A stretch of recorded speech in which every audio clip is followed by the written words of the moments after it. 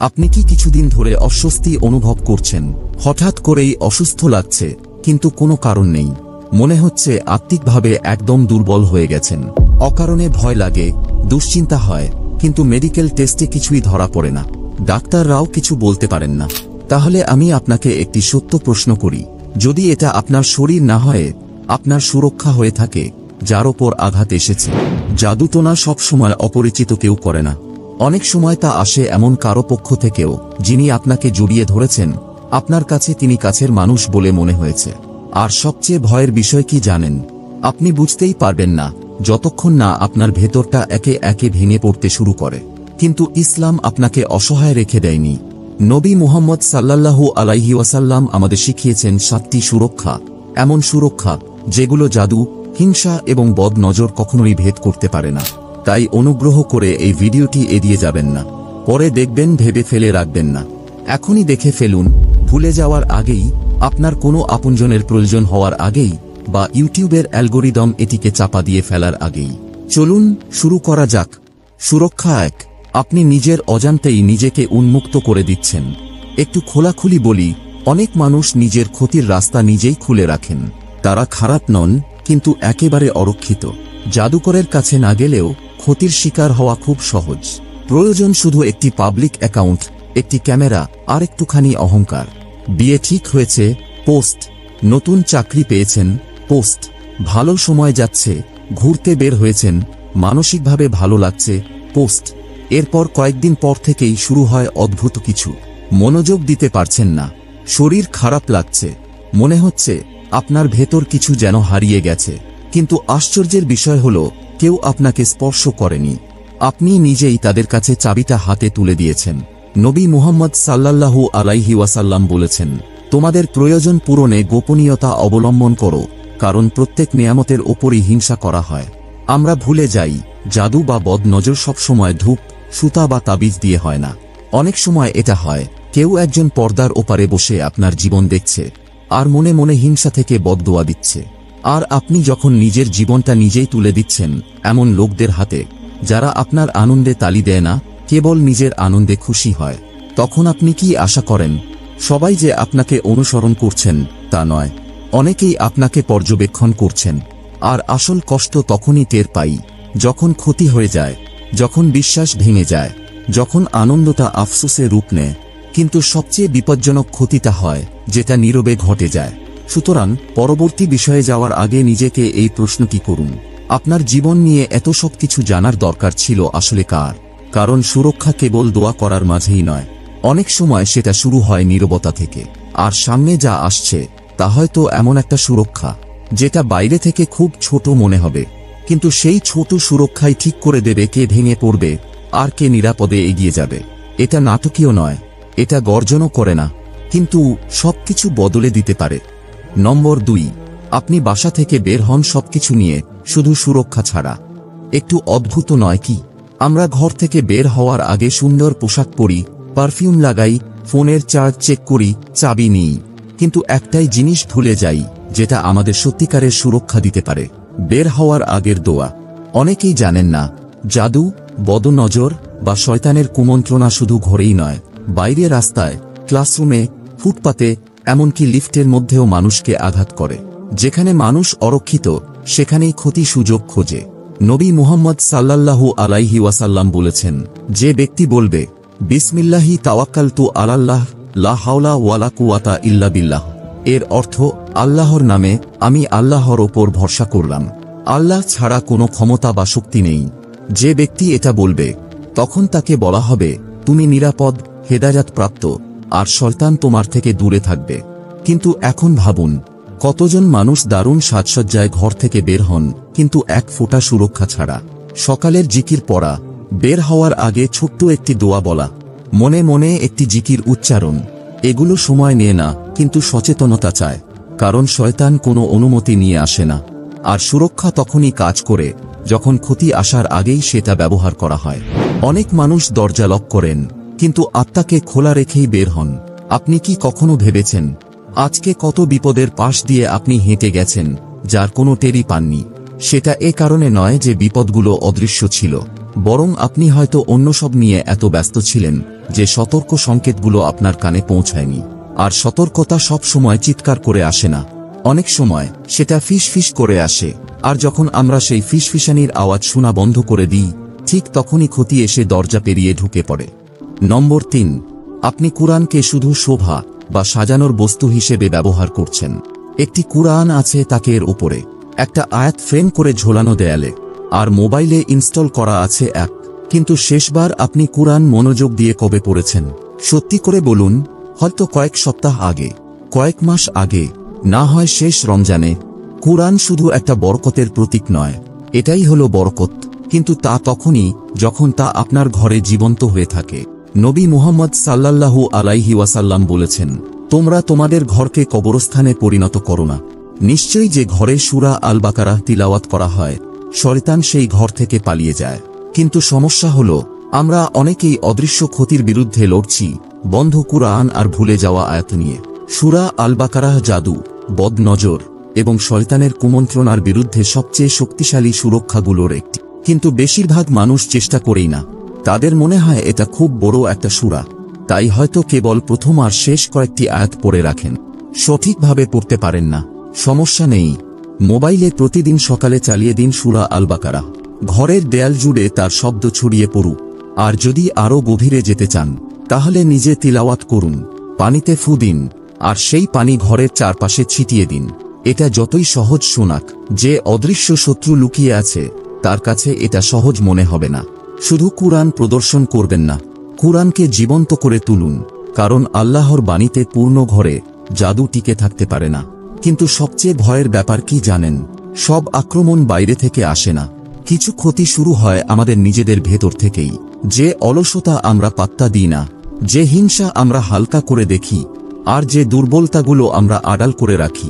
কেউ আপনাকে জাদু না করলেও আপনি যদি নিজের আত্মিক অবস্থাকে অবহেলা করেন, তবে ক্ষতি চুপচাপ ভিতর থেকেই শুরু হয়ে যায়।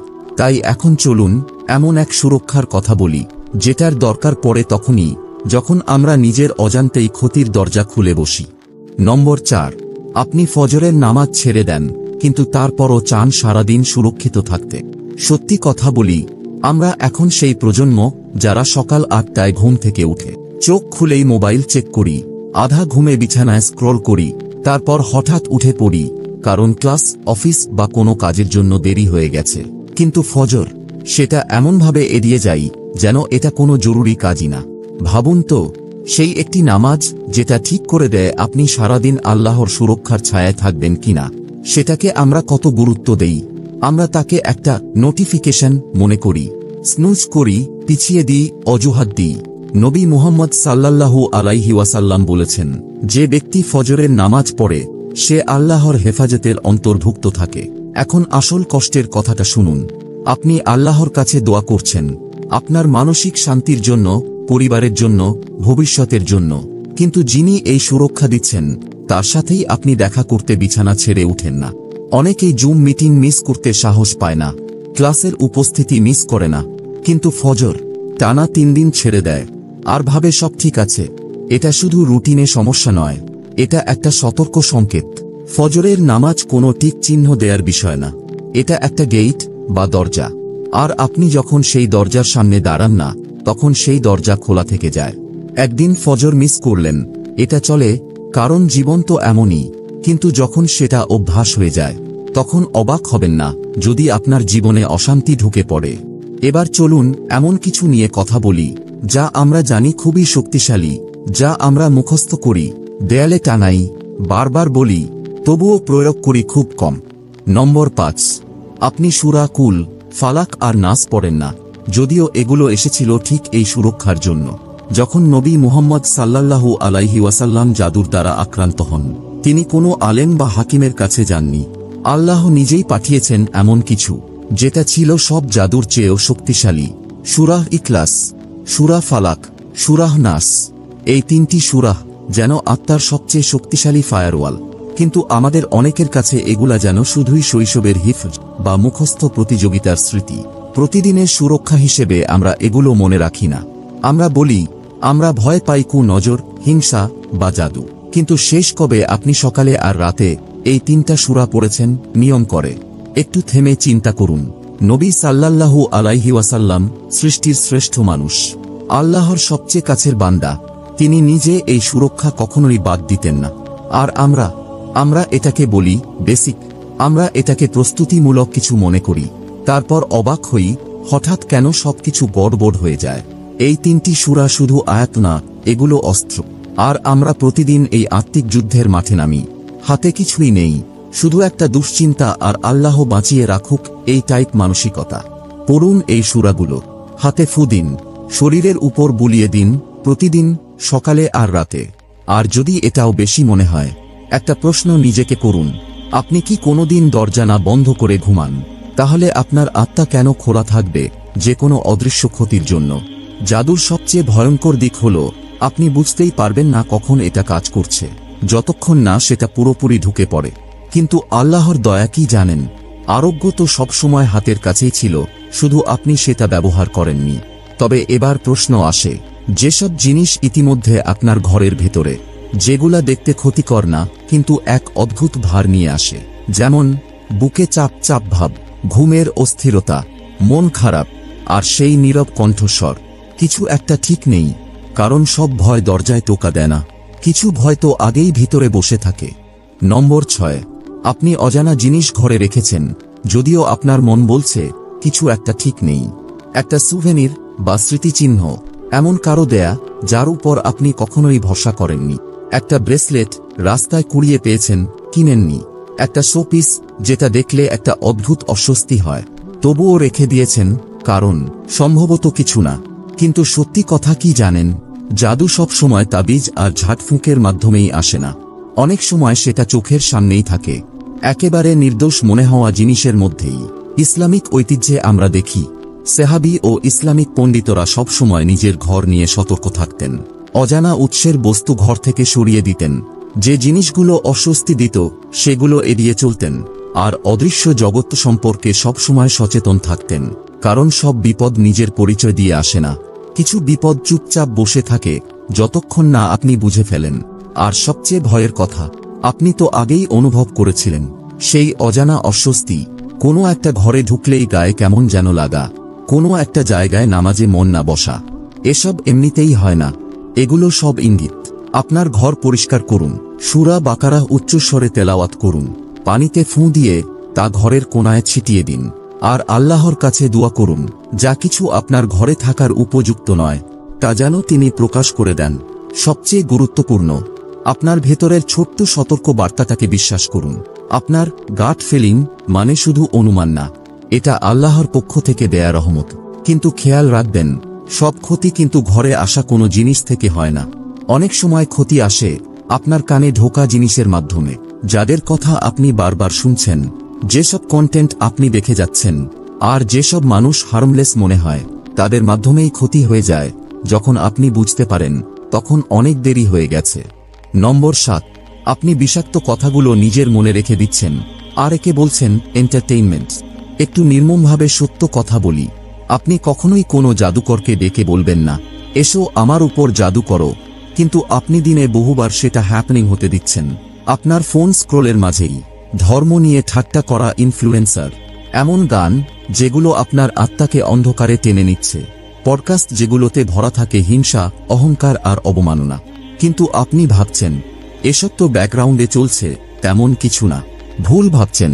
জাদু সব সময় ধোয়া আর তাবিজ নিয়ে আসে না, অনেক সময় এটা আস্তে আস্তে প্রবেশ করে আপনার কানে, কারো কথার মাধ্যমে, বারবার শোনার মাধ্যমে, এমনকি আপনার রূহ পর্যন্ত নষ্ট হতে থাকে। আর আপনি ভাবেন স্ট্রেস বেশি হচ্ছে। নবী মুহাম্মদ সাল্লাল্লাহু আলাইহি ওয়াসাল্লাম বলেছেন, শব্দের মধ্যে শক্তি আছে। কুরআন শব্দ, দোয়া শব্দ, সিরাতুন নবী শব্দেই গঠিত। তাহলে কিভাবে আপনি ভাবেন অশ্লীল গান, কুরুচিপূর্ণ কৌতুক কিংবা অশ্রদ্ধাজনক কথা শুনে কিছু হবে না? আর সবচেয়ে দুঃখজনক বিষয় কি জানেন? এখন অনেক কথাই ফিসফিস করে আসে না, সরাসরি চিৎকার করে বলে, তবুও আমরা শুনি। কারণ ওরা রিলেটেবল, ওরা ফানি, ওরা ভাইরাল। কিন্তু ভাইরাল মানেই নিরাপদ নয়। যেভাবে আপনি চোখকে হারাম থেকে বাঁচান, ঠিক সেভাবেই কানের নিরাপত্তাও জরুরি।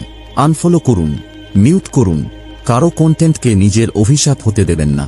কারণ সবচেয়ে ভয়ের জাদুগুলো চুপচাপ আসে না, সেগুলো আসে রিপিট মোডে। এবং এখন চলুন সেই সর্বশেষ কথাটাই বলি, যেটা এই সবগুলো বার্তার মূল শিক্ষাকে একসাথে গেঁথে দেয়। সুরক্ষা মানে শুধু আপনি কি করছেন তা নয়, সুরক্ষা মানে আপনি কার কাছে ফিরছেন যখন আর কিছুই কাজে আসে না।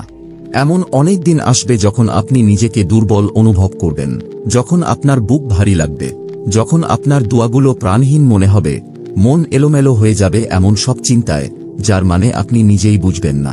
আর তখনই আপনার মনে রাখতে হবে, আল্লাহ আপনার নিখুঁত হওয়ার জন্য অপেক্ষা করছেন না, তিনি অপেক্ষা করছেন আপনার আন্তরিক হওয়ার জন্য। তাকে ডাকুন, তার উপর ভরসা করুন, বিশ্বাস রাখুন কোনো জাদু, কোনো বদনজর, কোনো অন্ধকার কিছুই আপনার ক্ষতি করতে পারে না যদি না আল্লাহ চান। কুরআনে বলা হয়েছে, তারা আল্লাহর অনুমতি ছাড়া কারো কোনো ক্ষতি করতে পারে না।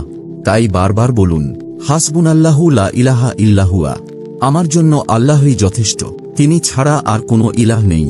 সকালে বলুন, রাতে বলুন, যখন ভয় লাগে তখন বলুন, যখন মনে হয় আপনি আক্রমণের শিকার তখন বলুন।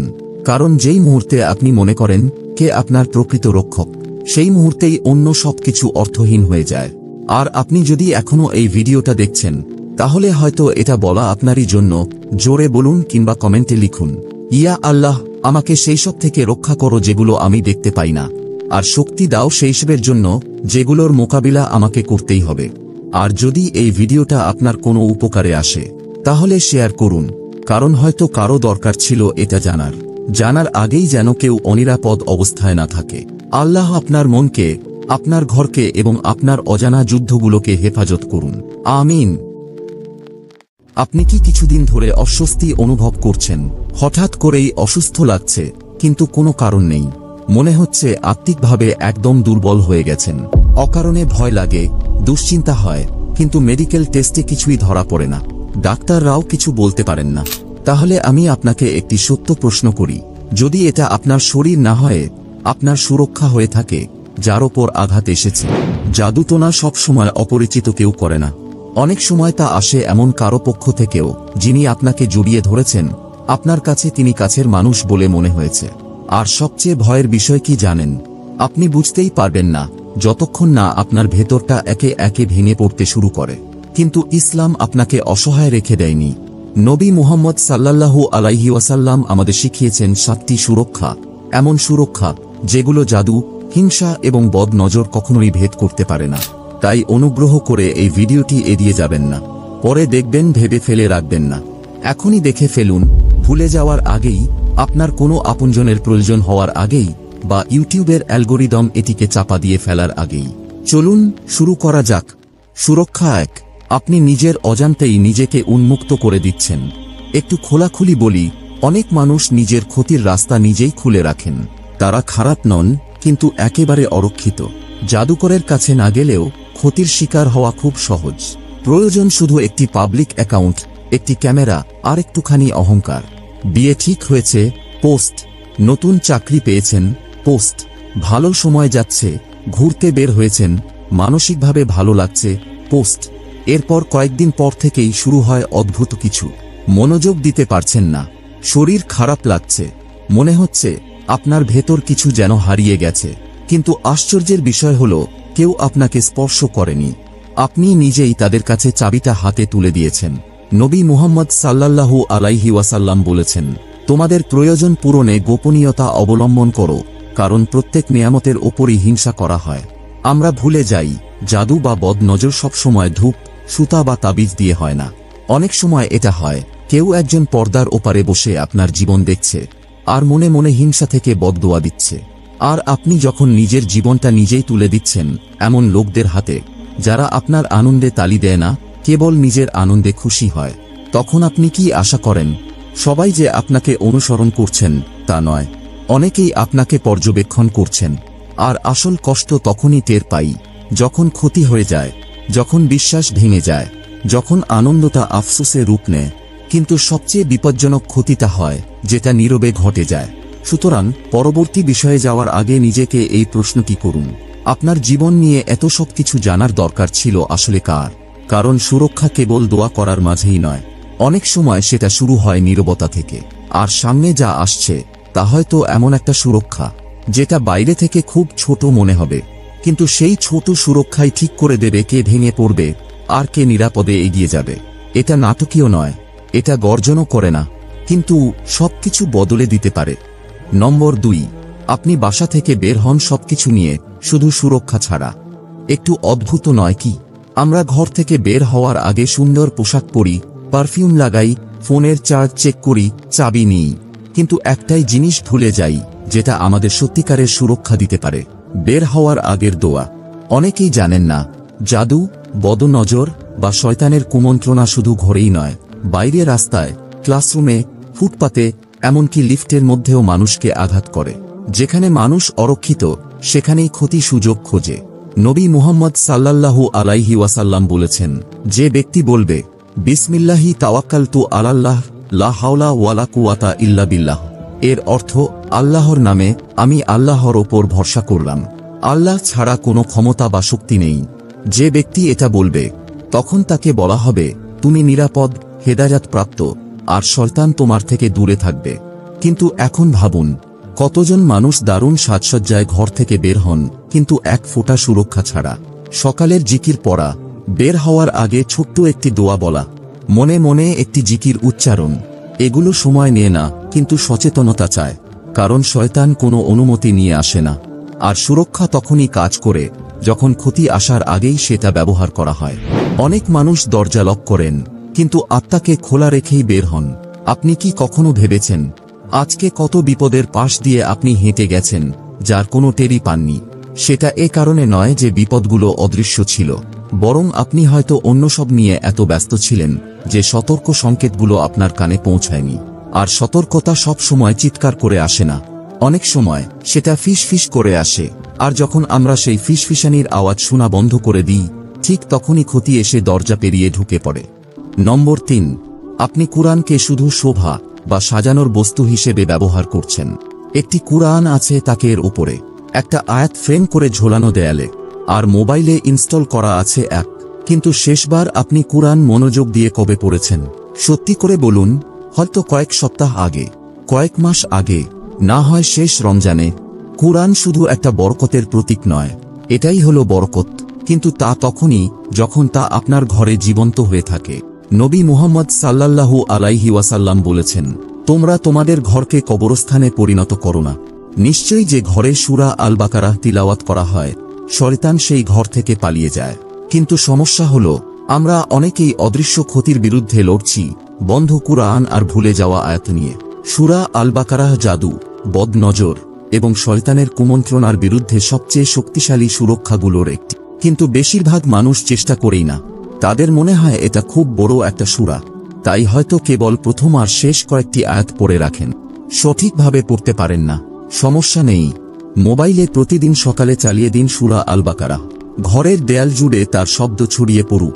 আর যদি আরও গভীরে যেতে চান তাহলে নিজে তিলাওয়াত করুন, পানিতে ফু দিন আর সেই পানি ঘরের চারপাশে ছিটিয়ে দিন। এটা যতই সহজ শোনাক, যে অদৃশ্য শত্রু লুকিয়ে আছে তার কাছে এটা সহজ মনে হবে না। শুধু কুরআন প্রদর্শন করবেন না, কুরআনকে জীবন্ত করে তুলুন, কারণ আল্লাহর বাণীতে পূর্ণ ঘরে জাদু টিকে থাকতে পারে না। কিন্তু সবচেয়ে ভয়ের ব্যাপার কি জানেন? সব আক্রমণ বাইরে থেকে আসে না, কিছু ক্ষতি শুরু হয় আমাদের নিজেদের ভেতর থেকেই। যে অলসতা আমরা পাত্তা দিই না, যে হিংসা আমরা হালকা করে দেখি, আর যে দুর্বলতাগুলো আমরা আড়াল করে রাখি। কেউ আপনাকে জাদু না করলেও আপনি যদি নিজের আত্মিক অবস্থাকে অবহেলা করেন, তবে ক্ষতি চুপচাপ ভিতর থেকেই শুরু হয়ে যায়। তাই এখন চলুন এমন এক সুরক্ষার কথা বলি, যেটার দরকার পড়ে তখনই যখন আমরা নিজের অজান্তেই ক্ষতির দরজা খুলে বসি। নম্বর 4, আপনি ফজরের নামাজ ছেড়ে দেন কিন্তু তারপরও চান সারাদিন সুরক্ষিত থাকতে। সত্যি কথা বলি, আমরা এখন সেই প্রজন্ম যারা সকাল 8টায় ঘুম থেকে উঠে চোখ খুলেই মোবাইল চেক করি, আধা ঘুমে বিছানায় স্ক্রল করি, তারপর হঠাৎ উঠে পড়ি কারণ ক্লাস, অফিস বা কোনো কাজের জন্য দেরি হয়ে গেছে। কিন্তু ফজর, সেটা এমনভাবে এড়িয়ে যাই যেন এটা কোনো জরুরি কাজই না। ভাবুন তো, সেই একটি নামাজ যেটা ঠিক করে দেয় আপনি সারাদিন আল্লাহর সুরক্ষার ছায়ায় থাকবেন কিনা, সেটাকে আমরা কত গুরুত্ব দেই। আমরা তাকে একটা নোটিফিকেশন মনে করি, স্নুজ করি, পিছিয়ে দিই, অজুহাত দিই। নবী মুহাম্মদ সাল্লাল্লাহু আলাইহি ওয়াসাল্লাম বলেছেন, যে ব্যক্তি ফজরের নামাজ পড়ে সে আল্লাহর হেফাজতের অন্তর্ভুক্ত থাকে। এখন আসল কষ্টের কথাটা শুনুন। আপনি আল্লাহর কাছে দোয়া করছেন আপনার মানসিক শান্তির জন্য, পরিবারের জন্য, ভবিষ্যতের জন্য, কিন্তু যিনি এই সুরক্ষা দিচ্ছেন তার সাথেই আপনি দেখা করতে বিছানা ছেড়ে উঠেন না। অনেকেই জুম মিটিং মিস করতে সাহস পায় না, ক্লাসের উপস্থিতি মিস করে না, কিন্তু ফজর টানা 3 দিন ছেড়ে দেয় আর ভাবে সব ঠিক আছে। এটা শুধু রুটিনে সমস্যা নয়, এটা একটা সতর্ক সংকেত। ফজরের নামাজ কোনো টিক চিহ্ন দেয়ার বিষয় না, এটা একটা গেট বা দরজা। আর আপনি যখন সেই দরজার সামনে দাঁড়ান না, তখন সেই দরজা খোলা থেকে যায়। একদিন ফজর মিস করলেন, এটা চলে, কারণ জীবন তো এমনই। কিন্তু যখন সেটা অভ্যাস হয়ে যায় তখন অবাক হবেন না যদি আপনার জীবনে অশান্তি ঢুকে পড়ে। এবার চলুন এমন কিছু নিয়ে কথা বলি যা আমরা জানি খুবই শক্তিশালী, যা আমরা মুখস্থ করি, দেয়ালে টানাই, বারবার বলি, তবুও প্রয়োগ করি খুব কম। নম্বর 5, আপনি সূরা কুল, ফালাক আর নাস পড়েন না, যদিও এগুলো এসেছিল ঠিক এই সুরক্ষার জন্য। যখন নবী মুহাম্মদ সাল্লাল্লাহু আলাইহি ওয়াসাল্লাম জাদুর দ্বারা আক্রান্ত হন, তিনি কোনো আলেম বা হাকিমের কাছে যাননি। আল্লাহ নিজেই পাঠিয়েছেন এমন কিছু যেটা ছিল সব জাদুর চেয়েও শক্তিশালী। সূরা ইখলাস, সূরা ফালাক, সূরা নাস, এই 3টি সূরা যেন আত্মার সবচেয়ে শক্তিশালী ফায়ারওয়াল। কিন্তু আমাদের অনেকের কাছে এগুলা যেন শুধুই শৈশবের হিফজ বা মুখস্থ প্রতিযোগিতার স্মৃতি। প্রতিদিনের সুরক্ষা হিসেবে আমরা এগুলো মনে রাখি না। আমরা বলি আমরা ভয় পাই নজর, হিংসা বা জাদু, কিন্তু শেষ কবে আপনি সকালে আর রাতে এই 3টা সূরা পড়েছেন নিয়ম করে? একটু থেমে চিন্তা করুন। নবী সাল্লাল্লাহু আলাইহি ওয়াসাল্লাম সৃষ্টির শ্রেষ্ঠ মানুষ, আল্লাহর সবচেয়ে কাছের বান্দা, তিনি নিজে এই সুরক্ষা কখনোই বাদ দিতেন না। আর আমরা এটাকে বলি বেসিক, আমরা এটাকে প্রস্তুতিমূলক কিছু মনে করি, তারপর অবাক হই হঠাৎ কেন সবকিছু গড়বড় হয়ে যায়। এই 3টি সূরা শুধু আয়াত না, এগুলো অস্ত্র। আর আমরা প্রতিদিন এই আত্মিক যুদ্ধের মাঠে নামি, হাতে কিছুই নেই, শুধু একটা দুশ্চিন্তা আর আল্লাহ বাঁচিয়ে রাখুক এই টাইপ মানসিকতা।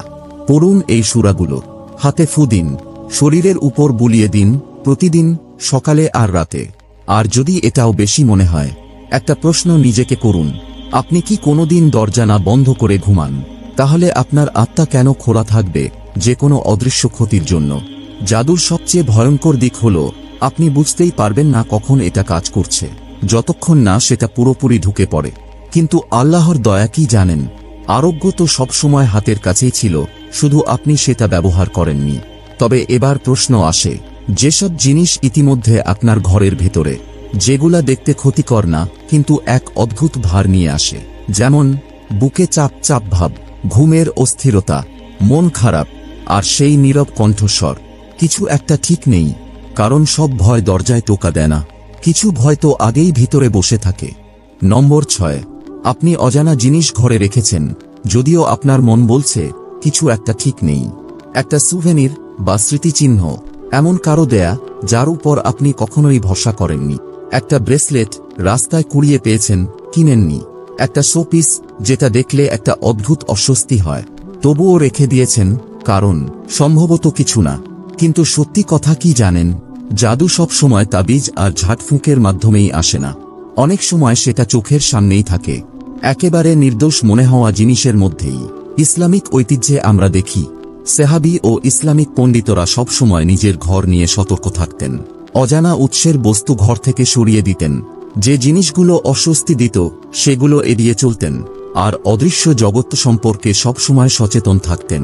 কারণ সব বিপদ নিজের পরিচয় দিয়ে আসে না, কিছু বিপদ চুপচাপ বসে থাকে যতক্ষণ না আপনি বুঝে ফেলেন। আর সবচেয়ে ভয়ের কথা, আপনি তো আগেই অনুভব করেছিলেন সেই অজানা অস্বস্তি। কোনো একটা ঘরে ঢুকলেই গায়ে কেমন যেন লাগা, কোনো একটা জায়গায় নামাজে মন না বসা, এসব এমনিতেই হয় না, এগুলো সব ইঙ্গিত। আপনার ঘর পরিষ্কার করুন, সূরা বাকারা উচ্চস্বরে তেলাওয়াত করুন, পানিতে ফুঁ দিয়ে তা ঘরের কোণায় ছিটিয়ে দিন, আর আল্লাহর কাছে দোয়া করুন যা কিছু আপনার ঘরে থাকার উপযুক্ত নয় তা যেন তিনি প্রকাশ করে দেন।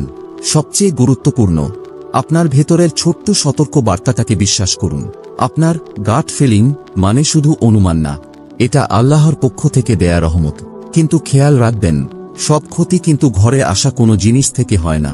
অনেক সময় ক্ষতি আসে আপনার কানে ঢোকা জিনিসের মাধ্যমে, যাদের কথা আপনি বারবার শুনছেন, যেসব কন্টেন্ট আপনি দেখে যাচ্ছেন, আর যেসব মানুষ হার্মলেস মনে হয়, তাদের মাধ্যমেই ক্ষতি হয়ে যায়। যখন আপনি বুঝতে পারেন, তখন অনেক দেরি হয়ে গেছে। নম্বর 7, আপনি বিষাক্ত কথাগুলো নিজের মনে রেখে দিচ্ছেন, আর একে বলছেন এন্টারটেইনমেন্ট। একটু নির্মমভাবে সত্য কথা বলি, আপনি কখনোই কোনো জাদুকরকে ডেকে বলবেন না, এসো আমার উপর জাদু করো, কিন্তু আপনি দিনে বহুবার সেটা হ্যাপেনিং হতে দিচ্ছেন। আপনার ফোন স্ক্রোলের মাঝেই ধর্ম নিয়ে ঠাট্টা করা ইনফ্লুয়েন্সার, এমন গান যেগুলো আপনার আত্মাকে অন্ধকারে টেনে নিচ্ছে, পডকাস্ট যেগুলোতে ভরা থাকে হিংসা, অহংকার আর অবমাননা, কিন্তু আপনি ভাবছেন এসব তো ব্যাকগ্রাউন্ডে চলছে, তেমন কিছু না। ভুল ভাবছেন। জাদু সব সময় ধোয়া আর তাবিজ নিয়ে আসে না, অনেক সময় এটা আস্তে আস্তে প্রবেশ করে আপনার কানে, কারো কথার মাধ্যমে, বারবার শোনার মাধ্যমে, এমনকি আপনার রূহ পর্যন্ত নষ্ট হতে থাকে। আর আপনি ভাবেন স্ট্রেস বেশি হচ্ছে। নবী মুহাম্মদ সাল্লাল্লাহু আলাইহি ওয়াসাল্লাম বলেছেন, শব্দের মধ্যে শক্তি আছে। কুরআন শব্দ, দোয়া শব্দ, সিরাতুন নবী শব্দেই গঠিত। তাহলে কিভাবে আপনি ভাবেন অশ্লীল গান, কুরুচিপূর্ণ কৌতুক কিংবা অশ্রদ্ধাজনক কথা শুনে কিছু হবে না? আর সবচেয়ে দুঃখজনক বিষয় কি জানেন? এখন অনেক কথাই ফিসফিস করে আসে না, সরাসরি চিৎকার করে বলে, তবুও আমরা শুনি। কারণ ওরা রিলেটেবল, ওরা ফানি, ওরা ভাইরাল। কিন্তু ভাইরাল মানেই নিরাপদ নয়। যেভাবে আপনি চোখকে হারাম থেকে বাঁচান, ঠিক সেভাবেই কানের নিরাপত্তাও জরুরি। আনফলো করুন, মিউট করুন, কারো কন্টেন্টকে নিজের অভিশাপ হতে দেবেন না। কারণ সবচেয়ে ভয়ের জাদুগুলো চুপচাপ আসে না, সেগুলো আসে রিপিট মোডে। এবং এখন চলুন সেই সর্বশেষ কথাটাই বলি, যেটা এই সবগুলো বার্তার মূল শিক্ষাকে একসাথে গেঁথে দেয়। সুরক্ষা মানে শুধু আপনি কি করছেন তা নয়, সুরক্ষা মানে আপনি কার কাছে ফিরছেন যখন আর কিছুই কাজে আসে না। এমন অনেক দিন আসবে যখন আপনি নিজেকে দুর্বল অনুভব করবেন, যখন আপনার বুক ভারী লাগবে, যখন আপনার দোয়াগুলো প্রাণহীন মনে হবে, মন এলোমেলো হয়ে যাবে এমন সব চিন্তায়, যার মানে আপনি নিজেই বুঝবেন না। আর তখনই আপনার মনে রাখতে হবে, আল্লাহ আপনার নিখুঁত হওয়ার জন্য অপেক্ষা করছেন না, তিনি অপেক্ষা করছেন আপনার আন্তরিক হওয়ার জন্য। তাকে ডাকুন, তার উপর ভরসা করুন, বিশ্বাস রাখুন, কোনো জাদু, কোনো বদনজর, কোনো অন্ধকার কিছুই আপনার ক্ষতি করতে পারে না, যদি না আল্লাহ চান। কুরআনে বলা হয়েছে, তারা আল্লাহর অনুমতি ছাড়া কারো কোনো ক্ষতি করতে পারে না। তাই বারবার বলুন, হাসবুনাল্লাহু লা ইলাহা ইল্লাহুয়া, আমার জন্য আল্লাহই যথেষ্ট, তিনি ছাড়া আর কোনো ইলাহ নেই। সকালে বলুন, রাতে বলুন, যখন ভয় লাগে তখন বলুন, যখন মনে হয় আপনি আক্রমণের শিকার তখন বলুন। কারণ যেই মুহূর্তে আপনি মনে করেন কে আপনার প্রকৃত রক্ষক, সেই মুহূর্তেই অন্য সবকিছু অর্থহীন হয়ে যায়। আর আপনি যদি এখনো এই ভিডিওটা দেখছেন, তাহলে হয়তো এটা বলা আপনারই জন্য। জোরে বলুন কিংবা কমেন্টে লিখুন, ইয়া আল্লাহ, আমাকে সেই সব থেকে রক্ষা করো যেগুলো আমি দেখতে পাই না, আর শক্তি দাও সেই সবের জন্য যেগুলোর মোকাবিলা আমাকে করতেই হবে। আর যদি এই ভিডিওটা আপনার কোনো উপকারে আসে, তাহলে শেয়ার করুন, কারণ হয়তো কারো দরকার ছিল এটা জানার আগেই যেন কেউ অনিরাপদ অবস্থায় না থাকে। আল্লাহ আপনার মনকে, আপনার ঘরকে এবং আপনার অজানা যুদ্ধগুলোকে হেফাজত করুন। আমিন।